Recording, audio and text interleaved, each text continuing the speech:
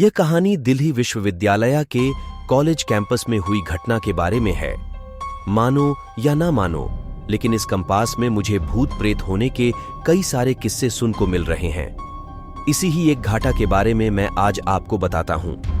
College hostel के room number 91 के एक छात्र निकुंज बताते हैं कि कुछ दिन पहले एक रात को जब मैं सो रहा था तो अचानक जोर से भयानक आवाजें सुनाई देने लगी और उसी आवाज के कारण मैं जाग उठा और मैंने अपने चारों ओर देखा, लेकिन कुछ नहीं था। मुझे लगा कि हवा के कारण खिड़की या दरवाजा आवाज कर रहे हैं। वहीं पर मुझे रूम में किसी के चलने की आवाज सुनाई दी और साथ में यह भी महसूस हुआ कि कोई अपने नाखून खिड़की पे घिस रहा है।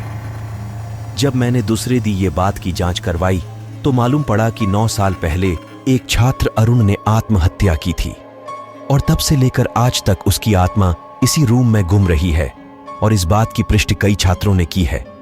ऐसी ही एक दूसरी घटना, यह घटना सन 1978 की उसी हॉस्टल की है और यह बात की जानकारी उसी कॉलेज के एक ग्रुप ने बताई थी। अभिजीत करके एक विद्यार्थी उसे एक कुत्ते को अपने रूम में पाल रखा था, लेकिन कुछ कारण से उस कुत्ते की मौत हो गई ही। अभिजीत उस कुत्ते को लेकर पास के जंगल में दफनाने के लिए गया या वापस आकर अपने रूम में जाकर सो गया या फिर कभी उठा ही नहीं। अभिजीत की मौत कैसे हुई वो आज भी के रहस्य है। ऐसी ही रहस्यमय घटना के कारण उस कॉलेज के छात्रों में डर बैठ गया है और ऐसी ही सत्य घटनाएं उस कॉलेज में बार बार होती रहती हैं। दिल्ली विश्वविद्यालय के उत्तर दिशा की ओर करीबन 2 किमी दूर इंद्रप्रस्थ एक लेडीज कॉलेज है। कुछ समय पहले कॉलेज की एक विद्यार्थिनी सोनल मजाक मजाक में आत्माओं को बुलाती है।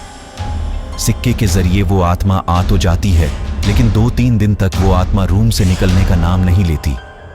सोनल के कारण वो आत्मा कई छात्रों को हैरान परेशान करती है।